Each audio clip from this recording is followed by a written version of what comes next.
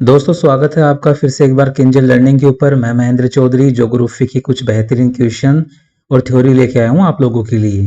तो आज हम पढ़ने वाले अक्षांश और देशांतर का क्रैश कोर्स। ठीक है, तो चलते हैं आगे। इससे पहले मैं आपको बता दूं कि हम सिलेबस देखेंगे। हम हर क्लास में सिलेबस देखेंगे कि किस तरीके से सिलेबस के अंदर से कौन कौन से पार्ट से ज्यादा क्वेश्चन आ रहे हैं। हमने लास्ट क्लास में देखा था। इसके साथ ही आज हम लेवल फर्स्ट में भी देखेंगे कौन कौन से क्वेश्चन से कहाँ कहाँ से निकल के आएंगे।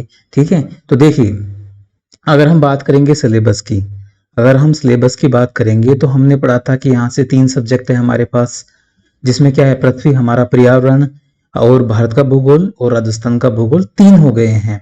इनमें हमने देखा था कि ज्यादातर क्वेश्चन कहाँ से निकल के आ रहे हैं। हमने ये भी पॉइंट आउट किया था लास्ट वाली क्लास में, जिसमें हमने देखा था कि यहाँ पर अगर हम इसके देखेंगे तो जीवमंडल, पर्यावरणीय समस्याएं और जलवायु की बात की हमने। भारत के भूगोल में बात की तो भूआकृतिक प्रदेश, जलवायु, नदी घाटी परियोजनाएं और उद्योग धंधे, खनिज, जनसंख्या, ये वाले टॉपिक ज्यादा पूछे गए थे। अगर राजस्थान भूगोल की हम बात करेंगे तो इसके भौतिक प्रदेशों के बारे में क्वेश्चन आ चुका है, आबोहवा प्रणाली के क्वेश्चन आ चुके हैं, झीलों के आ चुके हैं, मृदा संरक्षण आ चुका है और संग्रहण आ चुका है। इसके साथ साथ खनिज ऊर्जा संसाधन वाली राजस्थान की प्रमुख नहरें, नदी घाटी परियोजनाओं के प्रश्न भी आ चुके हैं। उद्योगों से संबंधित छोटे मोटे 1-2 क्वेश्चन आ चुके थे। अब ये जो मैंने पॉइंट आउट किया है, इनमें से क्वेश्चन ज्यादा मिलने के चांसेस हैं। एक बार हम देखेंगे क्रैश कोर्स में। इनमें देखिए, मैं पहले आपको बता देता हूँ, जो सबसे ज्यादा इंपॉर्टेंट होगा वही टॉपिक मैं अच्छे से करवाऊंगा और डिटेल से करवाऊंगा। बाकी क्रैश कोर्स है तो आप समझ के रखिए कि 80 से 90% हम कोर्स कवर करने की कोशिश करेंगे। अगर लेवल फर्स्ट की बात करेंगे तो लेवल फर्स्ट में देखिए, यह व्यवसाय वाला टॉपिक है जो ज्योग्राफी से रिलेटेड है। परिवहन, संचार है, सजीव जगत है, जल है और हमारी पृथ्वी और अंतरिक्ष है, यहां से निकल के आएगा। अब हम पढ़ रहे हैं अक्षांश और देशांतर आज की क्लास में। अक्षांश और देशांतर आएंगे हमारी पृथ्वी और अंतरिक्ष से संबंधित डाटा में आएंगे।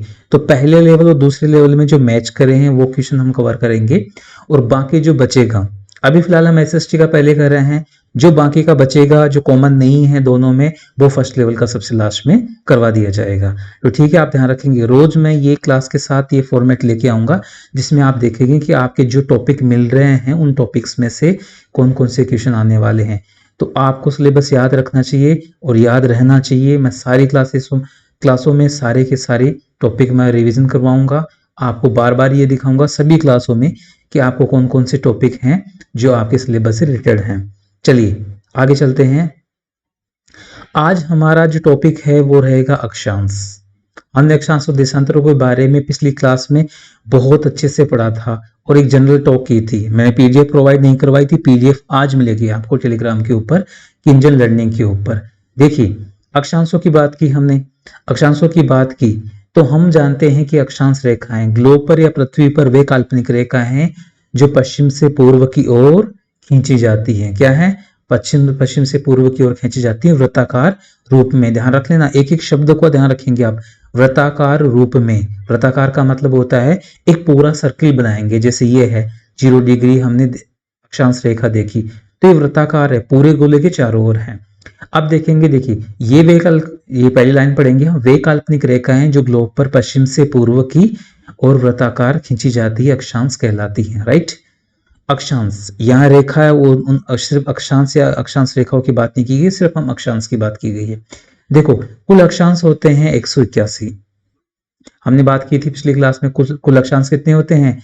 181। मैं फास्ट चलूंगा और आप फास्ट ही रिवीजन करेंगे। हमारे पास टाइम कम है, लगभग 74 डेज के आसपास बचे हैं हमारे पास, तो बहुत कम टाइम है। तो आप तेज गति से सीखने की आप आदत डाल लीजिए।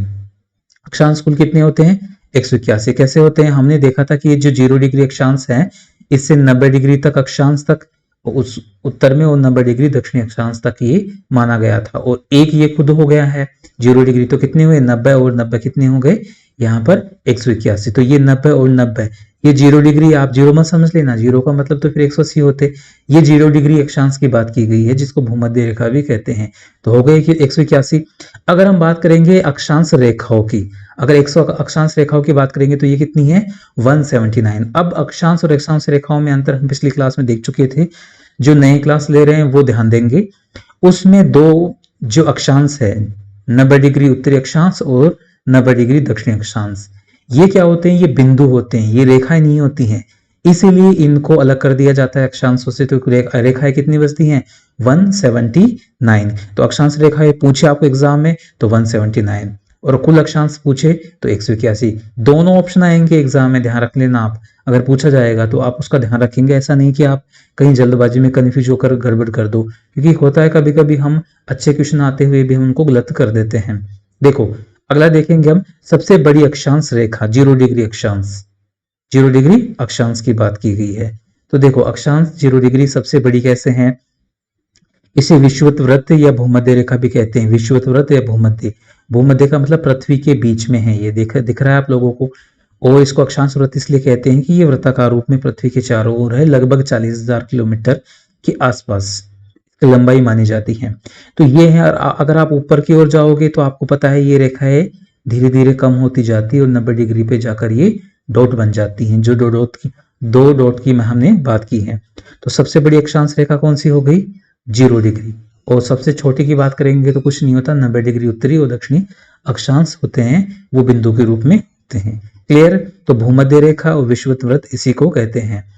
ये जो विषुवत वृत्त है ये दो गोलार्धों में पृथ्वी को बांटता है। उत्तरी गोलार्ध की हमने बात की और ये दक्षिणी गोलार्ध की हमने बात की, दोनों गोलार्धों को बांट दिया गया है।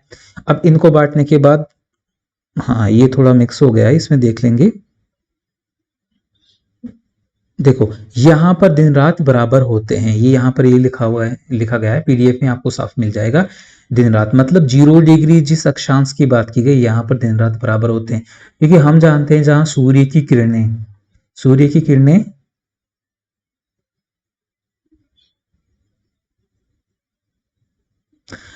किरणें यहाँ पर सीधी पड़ती हैं। सूर्य की किरणें यहाँ पर सीधी पड़ती और यहाँ पर तिरछी पड़ती, आपको दिख रहा होगा अच्छे से।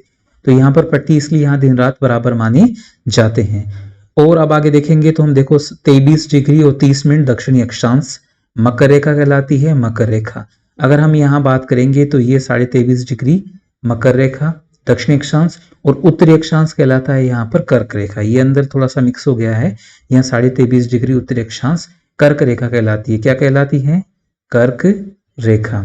और दक्षिणी में मकर रेखा। कभी कभी ये सिंपल क्वेश्चन है, आपको आते हुए भी गलत कर देते हैं, तो उत्तरी और दक्षिणी अक्षांश का आप ध्यान रखेंगे और बहुत अच्छे से उस क्वेश्चन को पढ़ेंगे।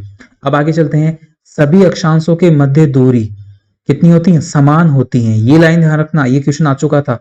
इस सभी अक्षांशों के बीच में दूरी समान होती है। अगर हम 0 डिग्री की बात करेंगे यहाँ पर, तो ये यहाँ पर समान है। अगर फिर ये भी समान है, ये भी समान है, इनके बीच में जो दूरी होती है वो समान कहलाती है, बिल्कुल समान। कितनी होती है, 111.32 किलोमीटर, मतलब लगभग 111 किलोमीटर ये इनके बीच में दूरी होती है और सबके बीच में बराबर होती है। अगर आप 0 डिग्री से 90 डिग्री नॉर्थ की तरफ जाओगे, साउथ की तरफ जाओगे, सभी अक्षांशों के बीच में ये क्या होती हैं, बराबर होती है। तो दोनों क्वेश्चन यहाँ से आ चुके थे कि अक्षांशों के मध्य की दूरी कितनी होती है, 111 किलोमीटर। और अगर ये अक्षांशों के मध्य दूरी होती है, समान होती है, घटते रूप में होती है या बढ़ते रूप में होती है, ऐसे कई प्रश्न दे देंगे, तो आप कंफ्यूज नहीं होना। समान होती है, अक्षांशों के बीच में दूरी समान होती है, लेकिन देशांतरों के मध्य दूरी धीरे धीरे घटती जाती है ध्रुवों की तरफ। तो ये भी ध्यान रखेंगे, शब्दों पे ध्यान देंगे बिल्कुल। आगे चलते हैं, अब आगे चलते हैं तो देखिए यहाँ पर ये है कर्क रेखा, आपको दिख रही है कर्क रेखा, और ये है विषुवत रेखा या भूमध्य रेखा। पृथ्वी के बीच में जो मेन बड़ी रेखा है इसको भूमध्य रेखा या विषुवत वृत्त भी कहते हैं, जो सबसे बड़ी है, हमने बात कर ली है। अगर हम इसके उत्तर में जाएंगे तो ये कर्क रेखा हो गई, हमने भी इसकी बात कर ली 23.5 डिग्री, और दक्षिण में जाएंगे तो मकर रेखा है 23.5 डिग्री। अब यहाँ देखो एक लाइन है, ताप कटिबंधों का निर्धारण अक्षांशों के माध्यम से किया जाता है। ताप कटिबंध का मतलब अभी मैंने बताया था कि ये सूर्य की किरणें हैं। अगर ये सूर्य है, अगर सूर्य है तो सूर्य की किरणें यहाँ पर सीधी यहाँ पर पड़ेंगी, और ये जो राउंड शेप है इसकी वजह से यहाँ पर सूर्य की किरणें तिरछी पड़ती हैं। तो ताप कटिबंधों का निर्धारण कौन करता है, अक्षांश रेखाएं। अगर यहाँ देखिए कर्क रेखा से मकर रेखा के मध्य जो कटिबंध होता है, कटिबंध का मतलब ये पूरी बेल्ट होती है, ये कहलाती है उष्ण कटिबंधीय क्षेत्र। अब कर्क रेखा से अगर हम 66.5 डिग्री पे जाते हैं, लास्ट क्लास में हमने बात की थी, तो कर्क रेखा से 66.5 डिग्री अगर उत्तर या दक्षिण में जाते हैं तो उसको कहते हैं उपोष्ण कटिबंध, उपोष्ण। और इसको बीच में भी हमने बात की, कर्क से मकर के मध्य मतलब 23.5 से उत्तरी और दक्षिणी 23.5 डिग्री अक्षांशों के मध्य तो उष्ण कटिबंध हो गया, और 23.5 डिग्री से 66 डिग्री, 66.5 डिग्री दक्षिणी चाहे उत्तर हो, उनके मध्य होता है उपोष्ण कटिबंधीय। और 66.5 से अगर हम नॉर्थ पोल की बात करेंगे यहाँ 90 डिग्री की, तो वो कौन से हो गए हैं, शीत कटिबंध हो गए हैं। क्लियर, ये समझ में आ गया कटिबंधों के बारे में। हालांकि इतना क्वेश्चन नहीं पूछता, जो मैंने लिखा है वही पूछेगा क्रैश कोर्स में, यही याद कीजिए आप, ज्यादा डिटेल में जाने की जरूरत नहीं है। अगर बड़ी क्लासें लगती हैं जैसे फर्स्ट ग्रेड की या नेटवर्क की क्लासें लगती हैं तो उसमें मैं इसको और खुल के बता देता हूं, बट आपके इतना नहीं आएगा, तो आप यहां तक रुकिए, बस ये याद रखिए। देखो, कर्क रेखा मकर रेखा के मध्य उष्णकटिबंधीय क्षेत्र स्थित है। क्लियर हो गया अब दोनों के बीच में। और क्यों है उष्णकटिबंधीय, क्योंकि सूर्य की किरणें सीधी यहाँ पर पड़ती हैं, और सबसे ज्यादा सूर्य की किरणें अगर सीधी पड़ती हैं तो वो कहाँ पर पड़ती हैं, भूमध्य रेखा के ऊपर, इसलिए यहाँ पर दिन रात बराबर होते हैं, ध्यान रखोगे। अब आगे चलते हैं। 23.5 डिग्री उत्तरी अक्षांश और कर्क रेखा के मध्य, भारत के मध्य से गुजरती है, मतलब 23.5 डिग्री उत्तरी अक्षांश कहेंगे, और अथवा कर्क रेखा भारत के मध्य से गुजरती है। आप जानते हैं भारत का मैप आपने देखा होगा,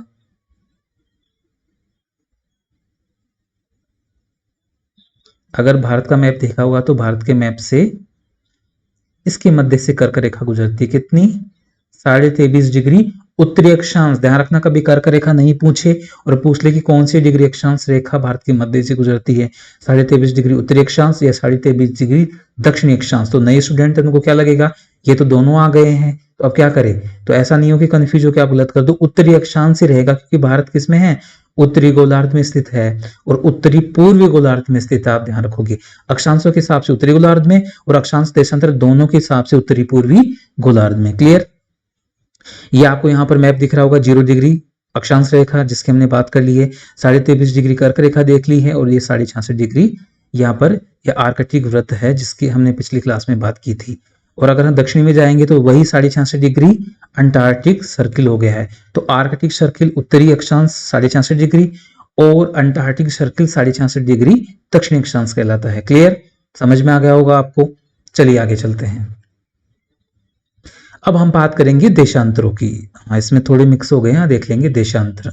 हम बात करें देशांतरों की, तो देखिए देशांतर, ये यहाँ पर मैप इसमें दिख रहा होगा आपको डायग्राम में, वे काल्पनिक रेखाएं जो दोनों ध्रुवों को मिलाने वाली अर्धचंद्राकार काल्पनिक रेखा देशांतर कहलाती है। अर्धचंद्राकार कैसे, ये देखो 0 डिग्री रेखा, कौन सी है, 0 डिग्री, 0 डिग्री देशांतर रेखा, कौन सी है, देशांतर रेखा। अब इसके ठीक पीछे जाएंगे, मतलब ये गोला है, अब इसके सामने क्या है, 0 डिग्री, इसके पीछे क्या है, 180 डिग्री देशांतर है। मतलब ये जो एक रेखा है ये अर्धचंद्राकार हो गई, ये दूसरी अर्धचंद्राकार हो गई। अब इन दोनों को अगर हम मिलाएंगे, इन दोनों को मिलाएंगे तो एक वृत्त बन जाता है, लेकिन दो देशांतरों को मिलकर एक वृत्त बनता है, इसलिए देशांतर रेखाएं अर्धचंद्राकार होती हैं या वक्राकार होती हैं। देखो यहाँ पर आपको 180 डिग्री दिख रहा होगा, इसके पीछे वाला भाग 180 डिग्री है। अभी 180 डिग्री और ये 0 डिग्री देशांतर, ये बहुत इंपॉर्टेंट है। सबसे पहले देशांतरों से संबंधित क्वेश्चन इनसे ही पूछे जाते हैं। तो देखो पहले हम देखते हैं कुल देशांतरों की संख्या कितनी है। तो यहाँ पर बताया गया है कि कुल देशांतर 360 होते हैं।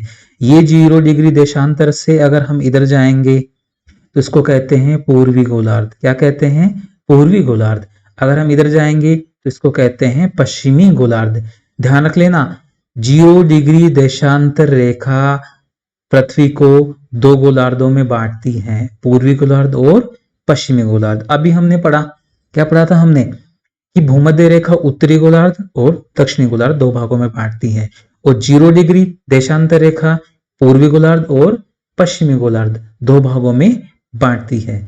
अब देखेंगे यहाँ पर, तो पूर्वी गोलार्ध की तरफ अगर हम जाएंगे यहाँ पर, तो पूर्वी गोलार्ध की तरफ जाने पर हम देखते हैं कि 180 डिग्री यहाँ पर पूर्वी गोलार्ध में देशांतर होते हैं, और पश्चिमी गोलार्ध में भी 180 डिग्री देशांतर होते हैं। तो 180 और 180 कितने हो गए हैं, टोटल 360 हो गए हैं। अब वहां अक्षांश की तरह नहीं होगा कि 0 डिग्री हो गया, उधर 90 और 90 मिलाकर फिर उसमें 90 और 90 180 हो गए और फिर एक मिलाकर 181 हो गए, ऐसा नहीं होता यहाँ पर।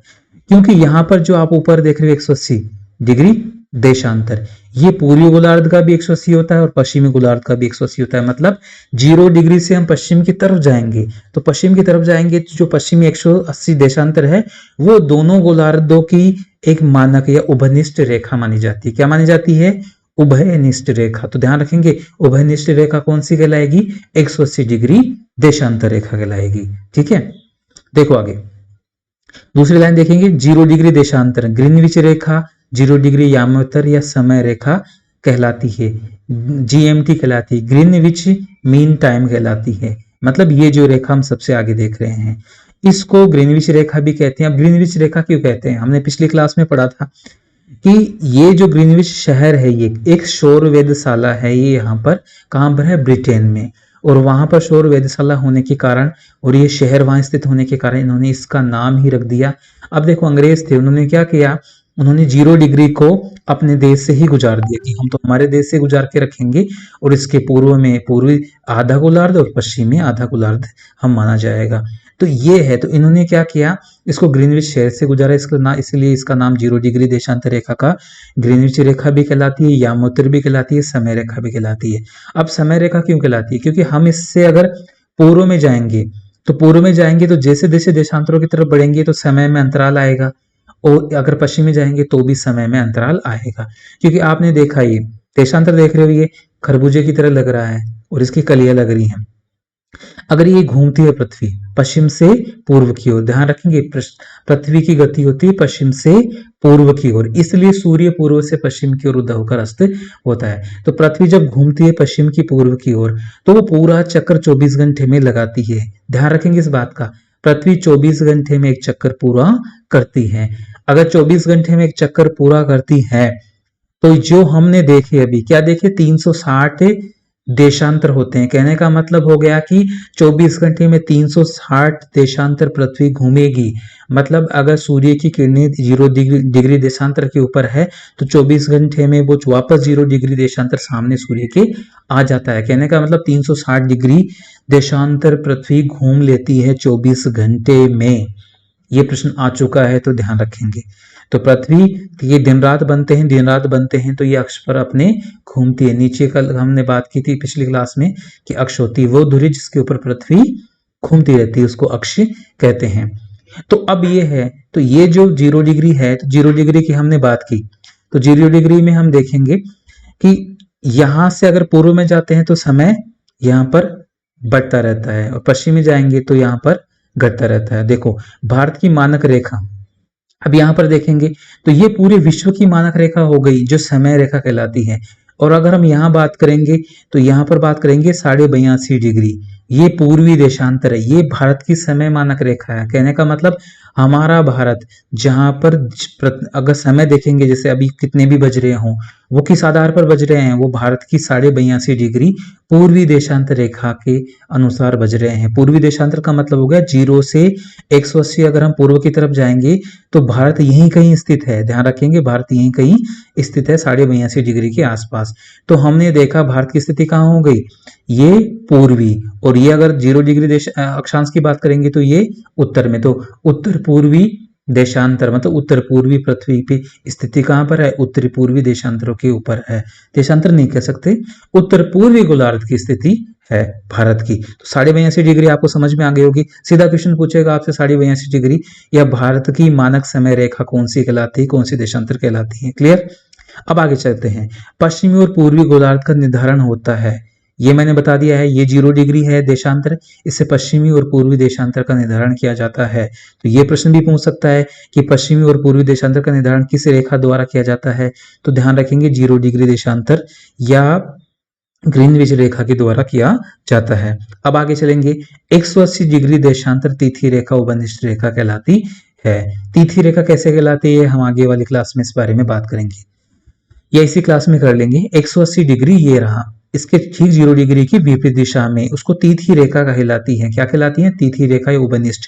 उपनिष्ठ की भी बात कर ली थी हमने क्योंकि ये पूर्वी और पश्चिमी देशांतर होते हैं, उन सबको मिलाने वाली रेखा होती है लास्ट में, ये 180 डिग्री तिथि रेखा। क्लियर। इसको उपनिष्ठ तिथि रेखा क्यों कहते हैं अभी हम आगे वाले पेज में इसको देखेंगे।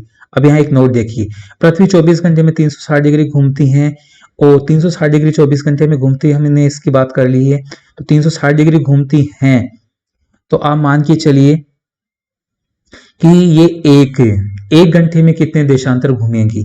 तो हम 24 का अगर भाग देंगे 360 में तो हमारे पास आएंगे 15 डिग्री देशांतर। कितने आएंगे?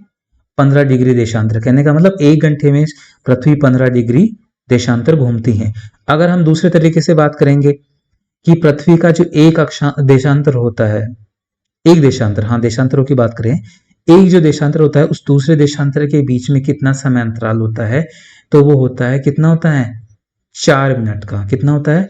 4 मिनट का समय अंतराल होता है। ये भी हम आगे देख लेंगे। अब देखो यहाँ पर एक लाइन है, गोर देशांतरों के मध्य का भाग होता है। गोर, गोर का मतलब होता है जैसे ये 0 डिग्री है, अब 0 से अगर इसको 1 डिग्री मानेंगे तो इसके बीच का जो भाग है उसको हम गोर कहते हैं। क्या कहते हैं? गोर। दो देशांतरों के मध्य का भाग गोर कहलाता है। क्लियर?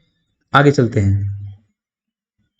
देखिए यहां पर देखेंगे हम, अब हमने क्या देखा, इसमें अंतरराष्ट्रीय तिथि रेखा 180 डिग्री, हम 180 डिग्री अंतरराष्ट्रीय तिथि रेखा की बात करेंगे। तो देखो ये जो स्थिति है ये पृथ्वी के टॉप पर है, मतलब ये जो पृथ्वी है गोल है, इसके टॉप वाले भाग से ये लिया गया है व्यू। क्या? टॉप वाले भाग से, ये पृथ्वी है टॉप वाले भाग से। अब ये जो पृथ्वी घूम रही है वो ऊपर से दिखाया गया है, ये पृथ्वी की क्या है? टोपी है। तो यहां से हमने बात की, तो देखेंगे हम यहां से, तो देखो कहीं पे ये सूर्य है, ये हमें सूर्य दिखाई दे रहा है। अगर यहां से कहीं 12 बज रहे हैं तो इस वाले भाग में गोलार्ध में 6 बजेंगे, इसके ठीक विपरीत 24 घंटे का भाग हो जाए। कितना हो जाएगा?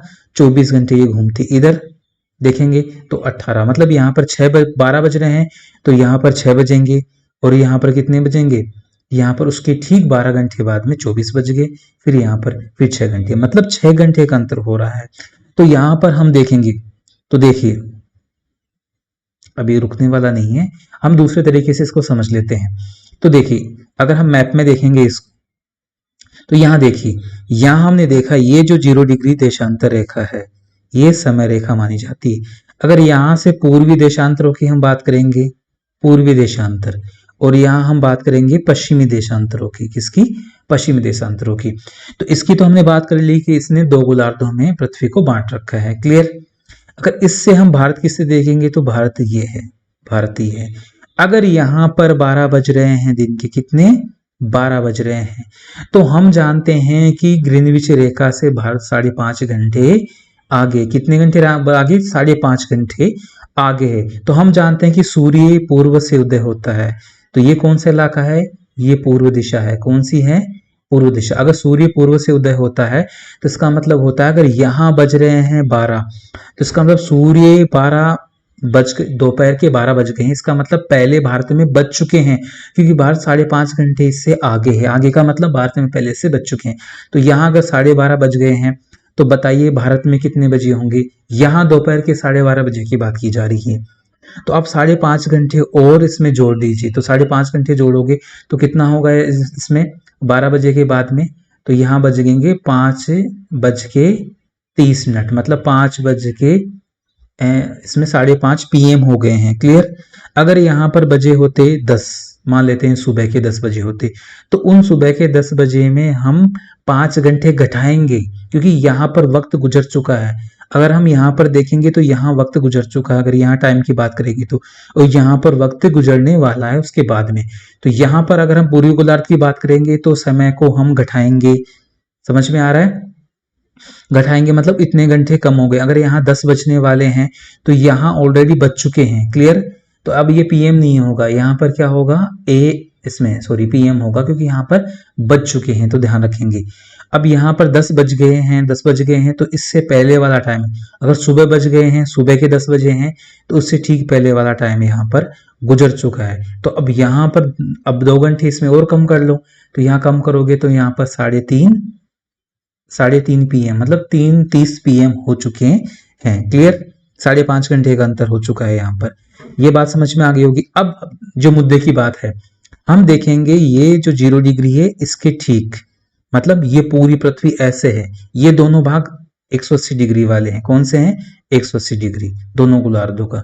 अगर हम 180 डिग्री की बात करेंगे तो ध्यान से, बहुत ध्यान से सुन लेना, ये अंतरराष्ट्रीय तिथि रेखा कहलाती है, और 0 डिग्री देशांतर कहलाती है समय रेखा, अंतरराष्ट्रीय समय रेखा, और 180 डिग्री कहलाती है अंतरराष्ट्रीय तिथि रेखा। दोनों का नाम देख लेना, अलग अलग पूछ लेते हैं। अंतरराष्ट्रीय तिथि रेखा किसको कहलाएंगे? तो उसमें दोनों ऑप्शन आएंगे, 0 डिग्री भी आएंगे और इसमें 180 डिग्री भी देशांतर आएगा।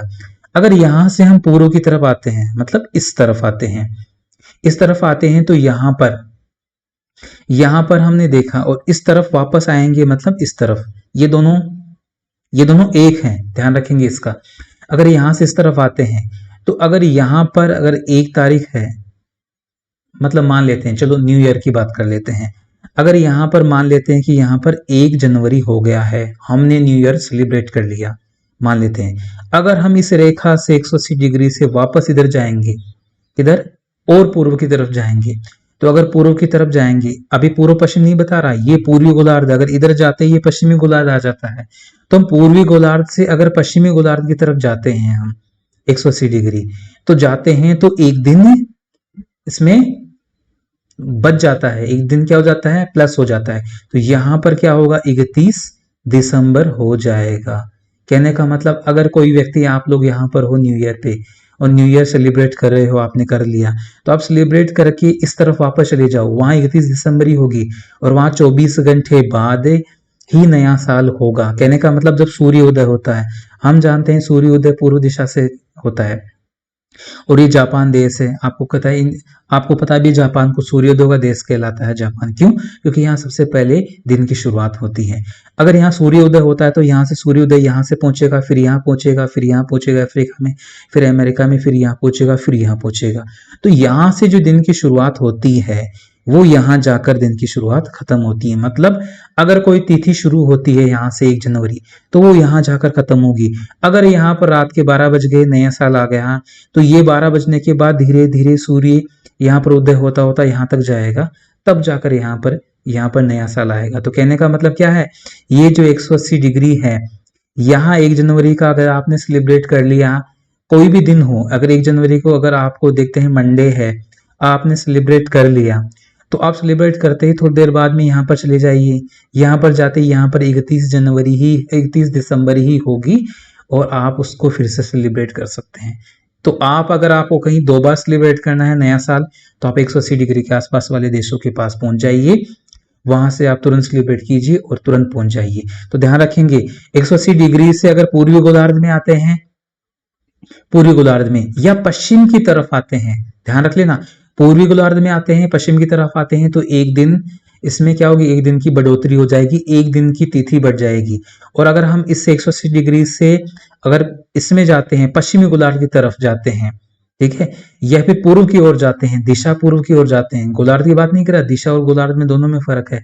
अगर हम इससे पूर्व दिशा में जाते हैं या पश्चिमी गोलार्ध में जाते हैं 180 डिग्री से, तो एक दिन हमारे पास जुड़ जाता है, मतलब एक दिन जुड़ जाता है, तिथि एक दिन घट जाती है। तो कितनी आ गई, 31 दिसंबर आ गई। आई होप आपको समझ में आ गया होगा। इसको एक बार अच्छे से देख लेना, जब मैं पीडीएफ आपको दूंगा इसको चेक कर लेना। अब आगे चलते हैं, इससे संबंधित प्रश्न है इंपॉर्टेंट, आप देखेंगे, और इन प्रश्नों से संबंधित ही ये मान लेना, लगभग इन प्रश्नों में से आपका रीत में अगर अक्षांश देशांतरों से कोई संबंधित प्रश्न आता है तो आज की क्लास से ही मिल जाएगा, आपको कहीं देखने की जरूरत नहीं है, कहीं नहीं है।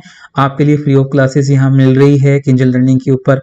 मैम साइकोलॉजी बहुत अच्छे से पढ़ा रही हैं, तो आप बने रहिए यहाँ पर, और आपको अक्षांश देशांतरों में कहीं और जाने की जरूरत नहीं है, डिटेल में जाने की जरूरत नहीं है। आपको 80 से 90% इन्हीं क्वेश्चनों से और इन्हीं यही थ्योरी से मिल जाएंगी। पहला क्वेश्चन देखेंगे अब, किस स्थान का मानक समय निर्धारित करने का आधार होता है?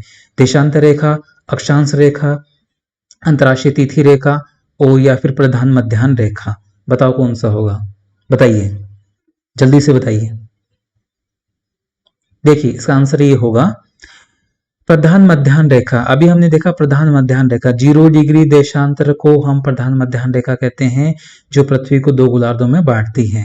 उससे आगे पूर्वी गोलार्ध, उससे इस तरफ पश्चिमी गोलार्ध। क्लियर? अब आगे चलते हैं, अगला प्रश्न, ग्रीनविच मध्याह्न समय जीएमटी तथा भारतीय प्रमाणन समय आईएसटी के बीच समय अंतराल कितना है? ये ग्रीनविच, इसी की बात की गई थी यहाँ पर, ग्रीनविच, यही मध्याह्न रेखा ग्रीनविच रेखा कहलाती है। ध्यान रखेंगे, मानक समय की बात की गई है, मानक तिथि की होती है तो हम 180 डिग्री मानते, हालांकि वो ऑप्शन में नहीं है। तो भारत जीएमटी से कितना आगे है? ग्रीनविच मीन टाइम से कितना आगे है? तो यहाँ पर है इंडियन स्टैंडर्ड टाइम है, आईएसटी का मतलब, अगर कभी फुल फॉर्म पूछे तो आप देख सकते हैं। तो 5.5 घंटे आगे है भारत। हमने अभी बात की थी 5.5 घंटे भारत है, ये जीएमटी से आगे, जीएमटी से कितना आगे? 5.5 घंटे आगे। अगर वहां कोई टाइम होगा, कोई भी टाइम हो, उससे 5.5 घंटे आगे हम इसमें आगे है, मतलब वो टाइम वहां से गुजर चुका है। आगे चलते हैं, हम थोड़ा फास्ट कर रहे हैं, आप पीडीएफ में एक बार उसको रिवीजन कर लेना। आपका एक बार रिवीजन पीडीएफ से हो जाएगा, फिर आपको एग्जाम तक देखने की जरूरत नहीं है इस टॉपिक को तो कम से कम। देखो, ग्रीनविच रेखा से तात्पर्य है कौन सी है? 0 डिग्री अक्षांश, 0 डिग्री देशांतर, 180 डिग्री पूर्वी देशांतर या 180 डिग्री पश्चिमी देशांतर। बताइए इसका आंसर क्या होगा? हाँ जल्दी बताइए।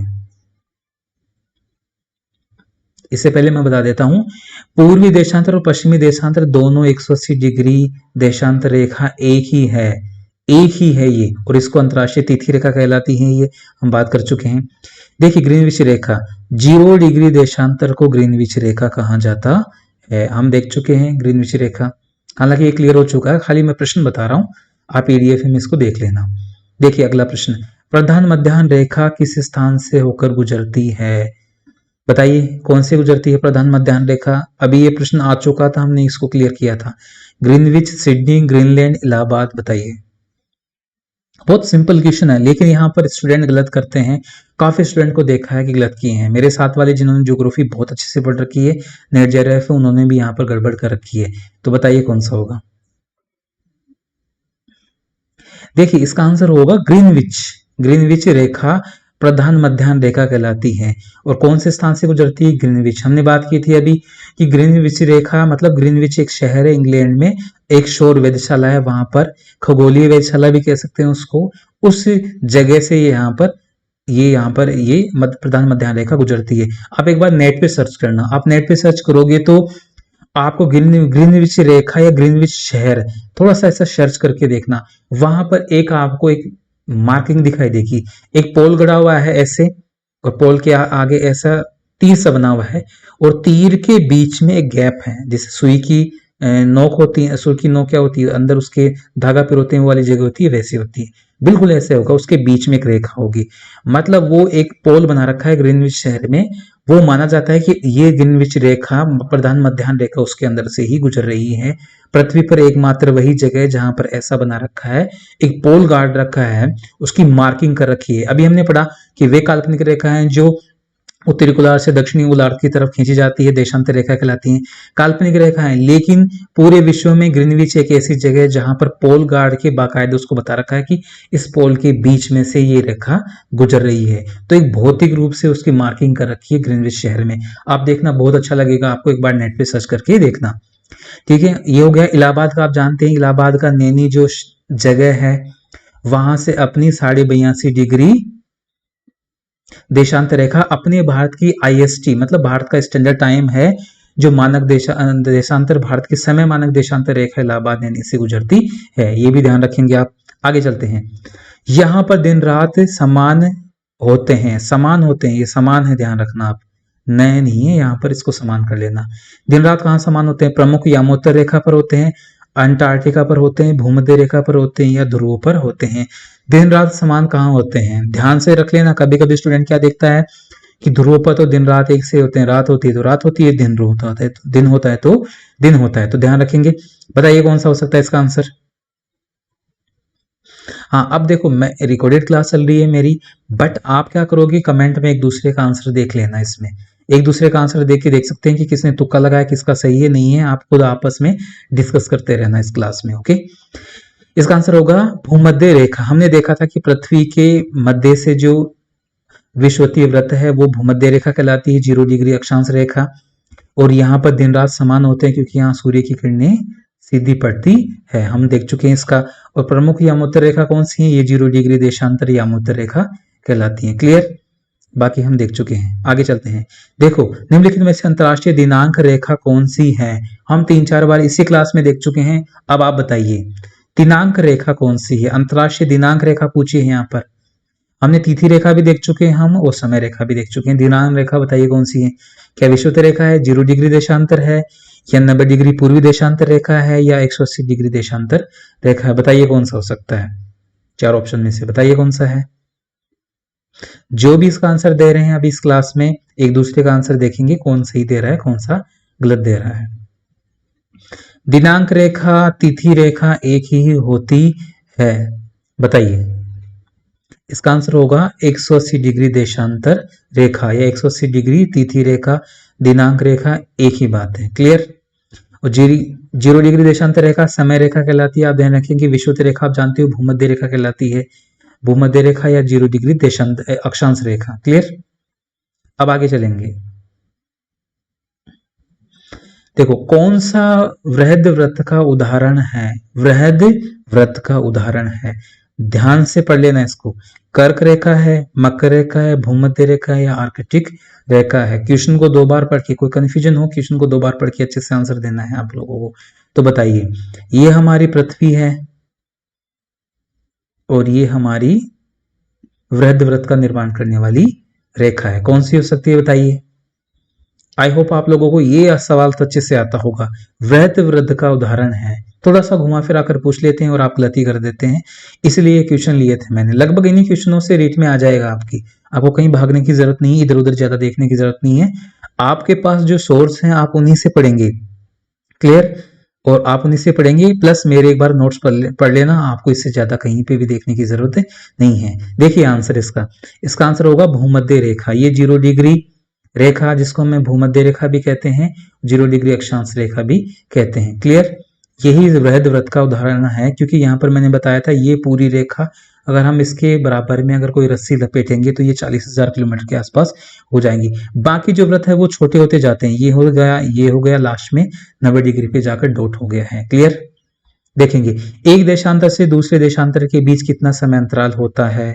देशांतर हमने देख लिए थे, हमने इसके बात की थी 0 डिग्री देशांतर, यहाँ से 180 डिग्री इधर जाएंगे, 180 डिग्री पश्चिम की ओर जाएंगे, तो ये होती है। अगर यहाँ पर जाएंगे हम तो इनके मध्य देशांतरों के मध्य अंतराल होता है, कितने मिनट का अंतराल होता है बताइए। क्योंकि हम जानते हैं कि 360 डिग्री घूमने में पृथ्वी को कितने लगते हैं, 24 घंटे लगते हैं। समझ में आया, 24 घंटे लगते हैं, तो इसका मतलब 24 घंटे लगते हैं। तो फिर एक देशांतर घूमने में कितना समय लगेगा आप देख लीजिए। तो दूसरे देशांतर के बीच में जाने पर कितना होगा आप देखिए, ये होगा 4 मिनट का समय। अगर 360 को अगर 4 से गुना करोगे तो आपको पता चल जाएगा, ठीक है, कि कितने मिनट हो गए हैं, और उसको फिर घंटों में डिवाइड करके आप देख सकते हैं। क्लियर। आगे चलते हैं। उत्तरी गोलार्ध का सबसे बड़ा दिन होता है, कौन सा होता है उत्तरी गोलार्ध का सबसे बड़ा दिन।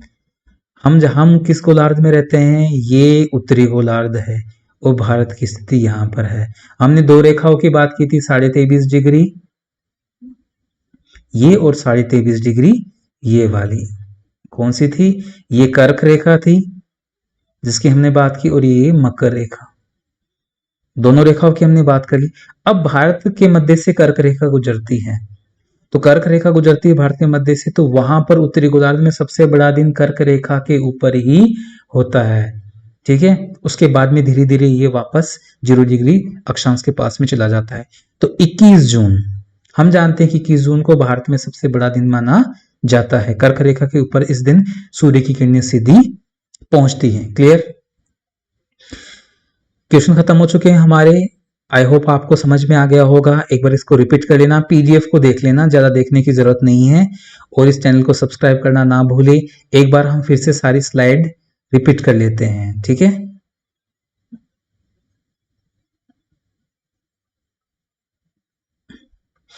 देखिए हमने अक्षांशों की बात की, वे काल्पनिक रेखाएं जो पृथ्वी के चारों ओर पश्चिम से पूर्व की ओर वृत्ताकार रूप से में खींची जाती है अक्षांश रेखा कहलाती हैं। अक्षांश कहलाती हैं। कुल अक्षांश होते हैं 181 और अक्षांश रेखाएं होती है 179। इसकी बात कर ली। सबसे बड़ी अक्षांश रेखा 0 डिग्री अक्षांश वृहद व्रत भी कहते हैं, इसको विषुवत व्रत भी कहते हैं, भूमध्य रेखा भी कहते हैं। क्लियर। ये थोड़ा समझ में नहीं आ रहा है, पीडीएफ में आप देख लेना। अक्षांशों के मध्य दूरी कितनी होती है, 111 किलोमीटर होती है। अब आगे ताप कटिबंधों का निर्धारण अक्षांश रेखाओं के द्वारा होता है। कर्क रेखा मकर रेखा के मध्य उष्ण कटिबंधीय क्षेत्र पाए जाते हैं, हमने इसकी बात कर ली थी। और 23.5 डिग्री उत्तरी अक्षांश या कर्क रेखा भारत के मध्य से गुजरती है। ध्यान रख लेना, सारे क्वेश्चन ये रिपीट हो चुके एग्जामों में, और आपके भी इनमें से इस क्लास से आपके अगर अक्षांशों से प्रश्न आएगा तो इसी से आएगा, कहीं बाहर जाने की जरूरत नहीं है। देशांतरों की बात की तो दोनों ध्रुवों को मिलाने वाली जो अर्धचंद्राकार या फिर ये कह सकते हैं अर्धगोलाकार काल्पनिक रेखाएं देशांतर कहलाती हैं। कुल देशांतर होते हैं 360 और 0 डिग्री देशांतर को ग्रीनविच रेखा कहते हैं, यामोत्तर समय रेखा जीएमटी भी कहते हैं। भारत की मानक समय रेखा कौन सी है या मानक देशांतर रेखा 82.5 डिग्री पूर्वी देशांतर है, ठीक है। और पश्चिमी और पूर्वी गोलार्ध को निर्धारण करती है 0 डिग्री देशांतर रेखा। और 180 डिग्री देशांतर को तिथि रेखा या उभयनिष्ठ रेखा भी कहती है। उभयनिष्ठ का मतलब पूर्वी और पश्चिमी दोनों गोलार्धों के लिए 180 डिग्री एक ही क्या है, देशांतर रेखा है। नोट, पृथ्वी 24 घंटे में 360 डिग्री घूमती है, क्लियर। और दो देशांतरों के बीच वाले भाग को क्या कहते हैं, गोर कहते हैं। देखिए आगे चलते हैं, ये इसको देख लेना आप पीडीएफ के अंदर, ये मैंने टॉप व्यू दिया है, ये एक तरीके से पृथ्वी की छत दी है, इससे आप देख सकते हैं किस तरीके से समय का निर्धारण करते हैं। यहां हमने बात कर ली थी कि तिथि रेखा हम पूर्व की तरफ जाते हैं, पश्चिम की तरफ जाते हैं तो समय में और तिथियों में कैसे बदलाव होता है 180 डिग्री के कारण, हमने देख लिया है। एक बार आप रिपीट कर लेना, बहुत अच्छे से मैंने समझा दिया है। ये हमने प्रश्न कर लिए थे कि समय निर्धारित करने वाली रेखा कौन सी है, प्रधान मध्याह्न रेखा, 0 डिग्री देशांतर रेखा, ग्रीनविच रेखा। और भारत के मध्य प्रमाण कितना समय का अंतराल है, 5.5 घंटे का। आगे चलते हैं, ग्रीनविच रेखा से तात्पर्य है 0 डिग्री देशांतर रेखा को ग्रीनविच रेखा कहा जाता है। अब देखिए, प्रधान मध्याह्न रेखा किस स्थान से होकर गुजरती है, ग्रीनविच शहर है ब्रिटेन के, वहां से गुजरती है। यहाँ पर दिन रात एक समान नहीं होते हैं, कहां पर होते हैं, भूमध्य रेखा के ऊपर, हमने देख लिया है। अब आगे देखते हैं, अंतरराष्ट्रीय दिनांक रेखा किसको कहते हैं, 180 डिग्री देशांतर रेखा को कहते हैं। नेक्स्ट, वृत्त वृत्त का उदाहरण कौन सा है, भूमध्य रेखा वृत्त वृत्त का उदाहरण है, हमने बहुत अच्छे से बात कर ली है इसके बारे में। अगर हम बात करेंगे एक देशांतर से दूसरे देशांतर के बीच में कितना समय अंतराल होता है, तो 4 मिनट का समय अंतराल होता है, ध्यान रखेंगे। अब आगे चलते हैं, उत्तरी गोलार्ध का सबसे बड़ा दिन होता है तो 21 जून, हमने इसकी बात कर ली है। देखिए पूरे क्वेश्चन एक बार लास्ट में, पूरा डाटा मैंने एक बार लास्ट में 2 मिनट में रिपीट कर दिया है, तो क्वेश्चन क्लास ना देखो तो एक बार लास्ट में 2-3 मिनट देख लेना, आपका काम हो जाएगा। बट इस क्लास को मिस मत करना, इसकी PDF Telegram Kinjal learning channel के टेलीग्राम चैनल के ऊपर मैं आपको डलवा दूंगा आपके लिए। आप वहां से एक बार आप इसको जरूर रिपीट कर लेना, 15-20 मिनट का टाइम लगेगा ज्यादा से ज्यादा। किसी ने पहले से कर रखा है तो आपको 5 से 10 मिनट लगेगी, बट इसको देखना जरूर। आप चैनल को सब्सक्राइब जरूर करना और अपने दोस्तों से जरूर शेयर करना। किंजल लर्निंग परिवार को आप बढ़ाइए, बहुत आगे बढ़ाइए इसको, ताकि हम बने रहेंगे साथ सभी। जब तक आपका सिलेक्शन नहीं हो जाता हम यहीं पे बने रहेंगे इस प्लेटफॉर्म के ऊपर, जब तक तोड़ेंगे नहीं तब तक छोड़ेंगे नहीं, क्लियर। ठीक है, मिलते हैं नेक्स्ट क्लास में, तब तक मेरे साथ बने रहिए। Thank you.